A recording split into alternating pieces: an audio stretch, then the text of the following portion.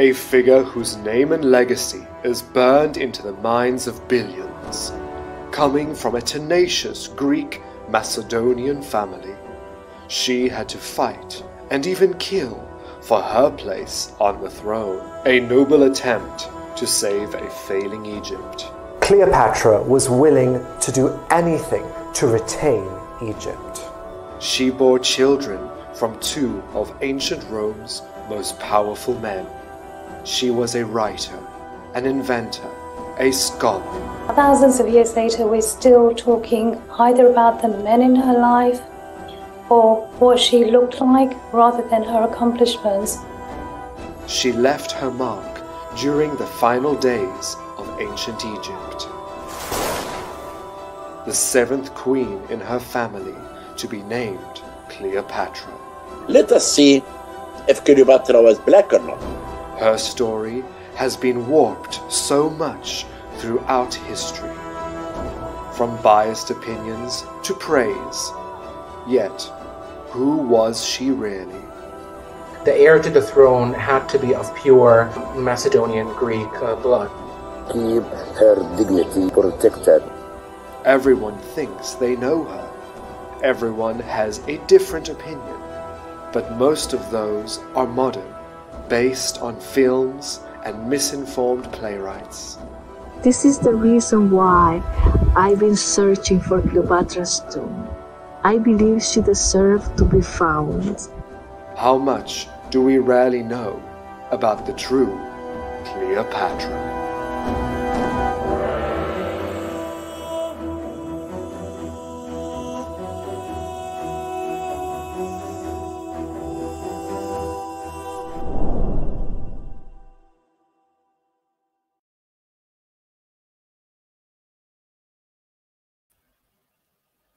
Hello to everybody and welcome to our program. I'm Chiara Cavalieri, president of Italian-Egyptian Association Eridanus, and today we are honored to have with us one of the most renowned archaeologists in the world, Dr. Zahi Hawass, and a filmmaker known for his unique visual style and powerful storytelling, Curtis Ryan Woodside. Hello, Curtis. Hi, Chiara. With over 50 years of experience in the industry, Curtis has directed and produced a wide variety of films, including documentaries, short film, music videos, and commercial. Cleopatra had a real his story, the documentary that's defying the Netflix narrative. When filmmaker Curtis Ryan Woodside and the Egyptologist Sophia Aziz were tapped to work on the Netflix production of Queen Cleopatra, they dropped out almost immediately. Tell us, Curtis, of the idea of this documentary. So basically, when the trailer came out for this other documentary, if we will call it that, I had already been planning to make this Cleopatra documentary that I did, but it was only meant to be released next year. I'd shot a lot of the things already. Sophia and I had already been speaking about it. The trailer for this other documentary came out, and as soon as I saw it, I got on my phone. I sent a message to Dr. Hawass. I said, we need to do something to tell the correct story. Sophia and I started planning, and we put that documentary together in 2 weeks. So it was a lot of hard work. Yeah. And which personal ideas do you have about the historical Cleopatras? The historical Cleopatra, I think she's a very interesting woman. I think there's a lot we still don't know about her, but there's already a lot that we do know. And when I was doing the planning for this documentary, what I planned to do was to look at all the different sources and put them together and basically come up with the middle ground of who Cleopatra was, because you can't always take what the Romans say. You can't always take what the Greeks say. You can't always take what the Egyptians say. So when you compare all of them, you get a better understanding of who Cleopatra was. The Romans were threatened because she was a powerful woman. The Romans didn't like women. The Egyptians celebrated her because she was a woman, but she still had to dress on occasion in male attire, much like Hatshepsut and other female pharaohs. So I think she's very, very interesting. We can't really say what we think of her personality or anything like that, but historically wise, what we know that she did a very good job, and she tried her best to bring Egypt back up. And which historical sources did you utilize for getting information about that period? So Sophia and we spent quite a lot of time doing research. What we looked at actual ancient Egyptian texts, so mostly from stela and papyri, and also from Dendera Temple and other places where Cleopatra is mentioned. Not just that, we also looked at the Greek philosophers who wrote about Cleopatra 100 years, 200, 300 years after. So we looked at what Herodotus would have written. We looked at what Plutarch wrote. We looked at what the Roman scholars wrote about her. And it's very interesting because some of them, you know, they talk about Cleopatra 300 years after Cleopatra had died. It's like writing about, I don't know, you know, King George. We don't exactly know, but we have to trust what people write. So if we write a book about King George today, we have to rely on what they said long ago. Same with Cleopatra. But how much can you really believe of that? But with Cleopatra, the thing we wanted to really investigate was her family line. So we spent a lot of time comparing the different stories we have of her family line. And actually, at the end of the day, they are very much clear. Thank you very much, Curtis. And do you think that Netflix has manipulated history for ideological purposes, and why? Oh, yes. They have definitely. We have seen this, you know, when they make a fictional story, like they did the series about Troy, and they changed Achilles to a black character. It wasn't seen as so much of a big issue. They changed Anne Boleyn from a white British queen into a black woman. People were upset, but they didn't care because it wasn't being labeled as fact. It wasn't being labeled as a documentary. Then when they did this Cleopatra thing, they labeled it as a documentary, and they portrayed Cleopatra with features that don't match what we know about Cleopatra. There's even one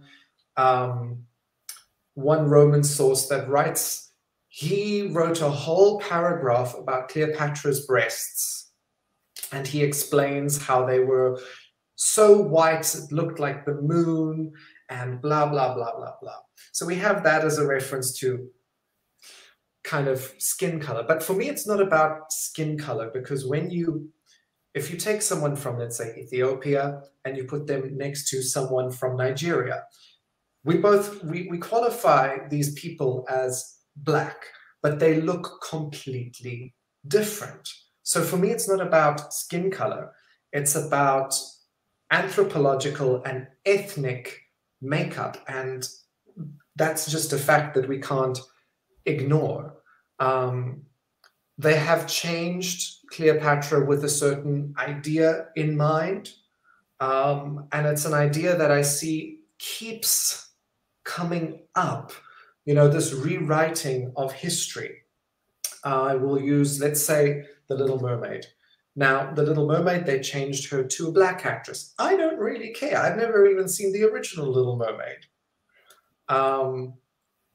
For me, it's not really an issue, but there is an underlying issue in that they are trying to rewrite history. We see now Aragorn from Lord of the Rings has been made from a Nordic character. Now he is a black man. It's a lot of changes in the fantasy world, also in the factual world, where they're trying to change characters. And I feel it's not good to change history in that way. Why do we have to change something we already know? Let's learn from history, but then let's tell stories of actual Black Africans. Like, we have Black African queens. This Cleopatra documentary that this other streaming service released, it's not only an insult to the Egyptian people, to the people of Greece, but it's also an insult to the actual Black African queens that they could have highlighted, because there are stories. That I think is the biggest thing. And I feel sad that they became entangled in this movement to rewrite history. I feel very sad for them. And what are the main events of Cleopatra's reign, and how can we contextualize them in the political landscape of the time? How can we contextualize Cleopatra's? Well, at the time, there was a lot of mixing happening in Egypt. There had been the Assyrian invasion. There had been the Persian invasion. There was a big Jewish community then living in Egypt as well. And then we have the Greeks that have been living there for a very, very long time. So to say that the ancient Egyptians were not racist is actually laughable, because racism is described as a certain group of people seeing themselves as superior to others. And the ancient Egyptians showed themselves above all of their enemies in a way that can be seen as racist. But that is just the time that we're living in there when we talk about Cleopatra's time. So we see the pharaohs smiting the enemies, and the enemies are the Libyans, the Assyrians, the people from the south in Nubia, and the Egyptians showed themselves completely separate. So at the time of Cleopatra, they also wanted to keep their family line completely pure Greek. So to have concubines and to mix is not allowed. That's why they had so much inbreeding.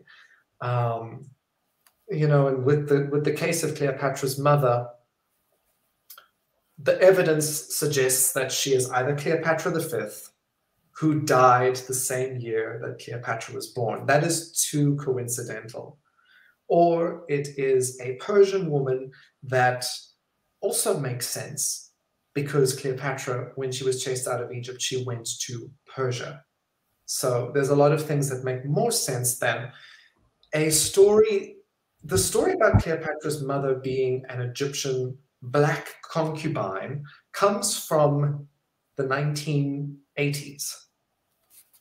And this is from, I believe it is a German historian who created this story out of his mind. There's actually no ancient record of this at all. Thank you. And what was Cleopatra's role in the Roman Empire, and how did her relationship with the Romans influence the history of Egypt? Well, the Romans didn't like Cleopatra. They hated her. And if Cleopatra had been a bastard child, they would have written this. They would have been screaming this from the rooftops. They didn't like Cleopatra when she arrived in Egypt, when she arrived in Rome. and she was presented as the consort of Caesar. He built this temple dedicated to Venus and had a statue of Cleopatra placed in this temple. And we know that she was then referred to as the Egyptian whore, which I think is such a joke, because at that time, Caesar was her first boyfriend, and she only had 2 boyfriends in her entire lifetime. That doesn't make you a whore. They didn't like her. So they saw Egypt as the source of wealth, and they wanted to acquire Egypt. So they did so much to try and get Egypt. She did her best to keep Egypt. Her father did his best to keep Egypt. And unfortunately, it just didn't work for that long. But the biggest thing why they saw Cleopatra as a threat was because she was a woman. Yes, in fact, the Latin poet Horace calls her Fatale Monstrum, but he have a great respect for Cleopatra because she decided to die like a queen, and not like a slave. Yeah. She died with dignity, and that's very important. Yes. And what are the most significant aspects of art and architecture during Cleopatra's reign? Most significant of art and architecture, I would say, would be Dendera Temple. It was first started by her father, which he never managed to finish. She added so much to that temple. She wanted to make sure that the zodiac signs were on the ceiling, because she loved studying astronomy.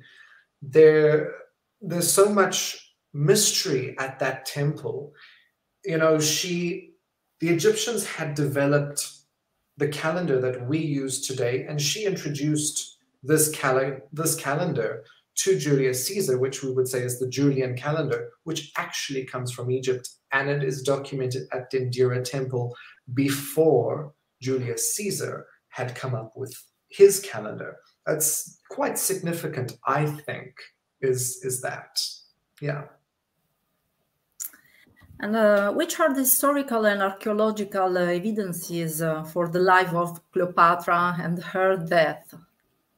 Sorry, the line broke up a bit there.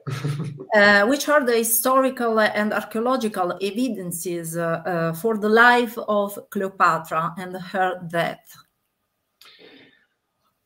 You know, with her life, we know very little about her as a person. With her death, it is also so debated. I don't believe that the story that we keep hearing, that she killed herself with this snake to connect herself to the goddess Isis, and it was this divine death. She knew that for the Greeks, as she was Greek, it was an honorable thing to do to commit suicide. But in ancient Egypt, it was a different thing, because to take a snake and let the snake kill you, or to kill yourself, is usually a sentence that was given to convicted criminals. So it wasn't a noble way to die in Egypt. So I don't think she had this snake bite her breast or bite her arm, as we've heard. Cleopatra's physician gives us probably the clearest example of how she died, saying that there was a little cut mark on her arm, and it's possible that she just poured poison over that, and she experimented a lot with poison. So her life and her death overlap, because what she did in her life ultimately affected how she died. And in what ways did Cleopatra seek to preserve the Egyptian heritage and stimulate cultural production during her reign? Yeah, well, she did a lot, because actually at at Cleopatra's time, there was a drought, there was a problem with food, there were so many economic problems, and she wanted to fix this. And when she was co-ruling with her first brother, the first co-rulership that she had, one of the bulls had died down towards Thebes, and she went to the temple and escorted personally this bull to be presented to the temple. From there, they erected a stela commemorating this. They also showed Cleopatra at Fayum, at a temple that her father had built.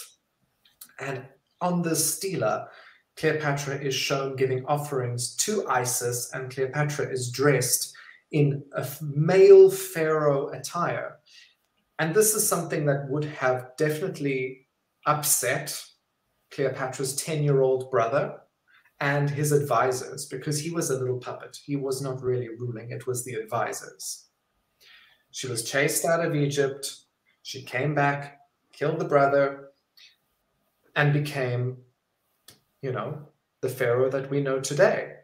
She really, from that action, she was already making moves to show to the people of Egypt she wants to restore the country. She practiced the religion of ancient Egypt. She learned the language of the ancient Egyptians. And at Dendera Temple, which is the best known remaining piece from Cleopatra's legacy, every image that we see of Isis or Hathor on the walls is probably Cleopatra herself, because that was when she said that she and Isis and Hathor were one and the same person. So for a Greek woman to have come into Egypt, accepted all of the Egyptian culture and religion, it shows you how strong the ancient Egyptian religion and culture was. Yes. Yeah. And which was your main feeling in order to spend time and so many efforts to realize an historical movie on Cleopatra? You know, I didn't care much about Cleopatra, to be honest. I had this image in my mind of Cleopatra, and it's this Hollywood image from the movies. I didn't care much for Elizabeth Taylor acting as Cleopatra. I didn't even finish watching that movie because I just couldn't. It was so bad. So I had this image of Cleopatra in my head. And then something sparked in me when I saw the other streaming services trailer for their Cleopatra documentary, drama, whatever you want to call it. It's not a movie, it's not a series, it's a documentary. When I saw that, I not only felt angry that they were trying to change something that is so well documented in history, but that they were trying to change history, and it had upset, within 1 hour, it had upset the entire country of Egypt. And the people in Egypt, when I do my documentaries, those are the people I think of first. I couldn't care less what someone in America, in the United Kingdom, in Australia, in Italy, and anywhere thinks about what I'm making. I'm happy if they enjoy watching it, but I'm telling the history, and that history needs to honor the Egyptian people. And I think that's the most important. The same as if I don't know much about Roman history. If I was to make a documentary on Roman history, I would want to make sure that this is a documentary that the Italian people could be proud of. So for me, it was a very big deal to do this, to actually make this 90-minute documentary telling the real story of Cleopatra. And do you think that the politically correct in general means a serious threat to the freedom of thinking? Yes, yes. If we have to think if we have to think so carefully about what we say, if we have to think so carefully that we don't offend somebody, that is not right. Because there is a difference between fact and fiction. I'm a realist. I like to say fact. And that might offend some people. But hey, we've all had offensive things said to us. This whole politically correct thing, as long as you are not actively going out there to hurt people, I don't think it's a problem telling the truth. And when we're talking about history, how else are we meant to tell history other than, well, there it is. It's written on the walls. It's written on the papyrus. What else are we meant to do when we speak about history? La regia potrebbe mandare la foto dei documentari di Curtis, your documentaries. The pic of your documentaries. Next, okay. Stop here. And two of your documentaries have been selected for the Festival of Cinema in Cefalù in Sicily for this September, Curtis. Yes, that is correct. Last year, I had 3 documentaries selected for the Cefalù Film Festival, which were all ancient Egyptian documentaries. And this year, I'm very excited to have The Daughters of Tutankhamun and The Wonders of Fayum be part of this festival. Yeah, I'm very excited. I think I want to come in Cefalù. Oh, yes. See those documentaries. If you're going to go, I'll go. Okay. Yes. We have questions of Fabio Desideri. Where and when the documentary can be seen? Documentary of Cleopatra. Yes, so Cleopatra, you can watch the documentary. I see you've put the link there. You can watch it on my YouTube channel, Curtis Ryan Woodside. If you are in America or the United Kingdom, you can watch it on Amazon Prime or other streaming services. That will be ad-free, but for now, it is completely free on YouTube. Well, and you also worked with some of biggest names in the entertainment industry, as Celine Dion. Yes. Yeah. Tell us about this experience. Well, working with Celine, I always think about it this way, that Celine and Renee, Celine's husband, who's now no longer with us, I always think of it in the sense that they basically started my career. When I met Celine when I was 11 years old, I told them, what I want to do in the future. I want to make films and documentaries and things like that. And fast forward a couple of years to when I was, I think, 16. I'd been invited by Celine as a Christmas present to go and visit them in Las Vegas. And yeah, I told Renee that I wanted to make documentaries. And he said, okay, well, make a documentary about your time here with Celine. So I did. It was very well received. I mean, I don't think I was 16 yet. I think I was 15. And, for someone at that age to make a documentary like that, I'm very proud of that. And from that, I was able to invite it back to Vegas to go and present the film to Celine, tell her about the film. And that was a very, big part of my career. I'm still in touch with all of them, with Celine's family. And they are a very big part of me. And I thank them very much for starting my career, giving me that boost so people know, okay, well, let's go watch this guy's work. Thank you. And Dr. Hawass in this moment has some problems because he is in Atlanta. Yes. So we can't connect with him. There is a problem for the collegamento. Okay. It's okay. We will get him. We will get him online sometime and do the yes, yes. And Curtis, do you like Italy? You live in Italy now? Ah, sì, mi piace l'Italia tantissimo. Ah, bene. Che cosa ti piace di più dell'Italia? Di più? Io piace gente e anche io vivo in un piccolo città. Io piace questo perché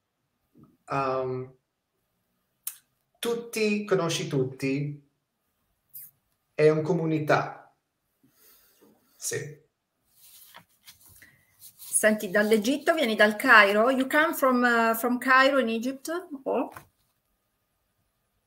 Sorry? Sei del Cairo? You come from Cairo or another city in Egypt? Oh, I come from South Africa. Ah, okay. There has been a little mistake recently. I noticed this last week. Some of the Italian newspapers were writing about the Cefalù Film Festival in Sicily, and they were saying that the two documentaries were by Egyptian filmmaker Curtis Ryan Woodside. I would love to say that I'm Egyptian, but yeah, I'm from South Africa. Still Africa, but South Africa. Okay.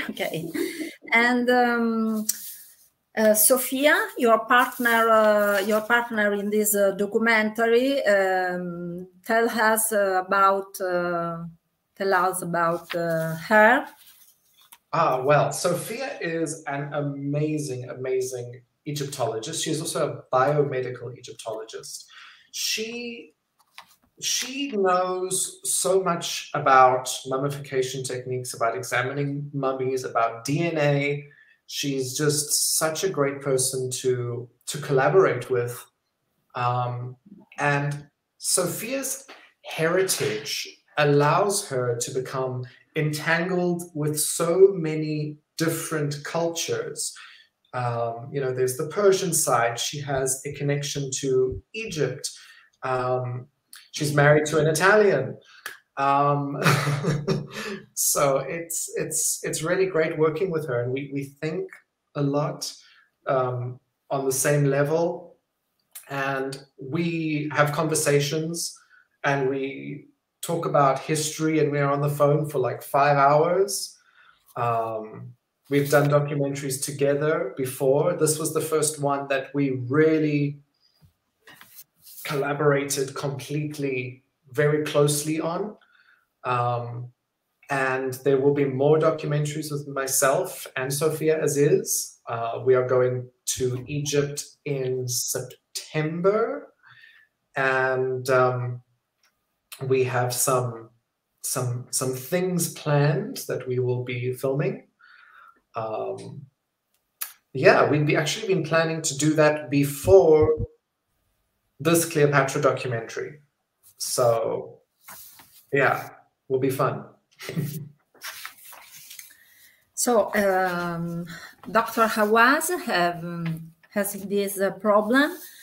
So I think that we can see in Cefalù Yes. for your documentary, and all the Italians and all the followers in Italy can came in Cefalù.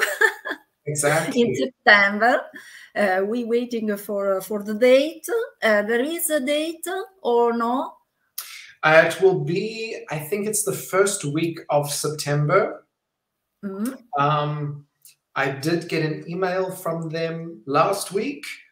They are in the final stages of selecting the winning films. So exciting.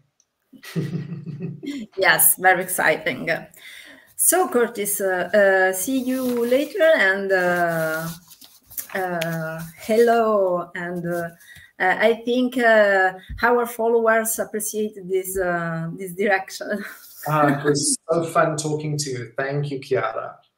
Thank you very much. I am honored and very excited for this. Yes, me too. Thank you. And yes, we will get Zahi on. Yeah, I had some issues trying to connect. It wouldn't let me in.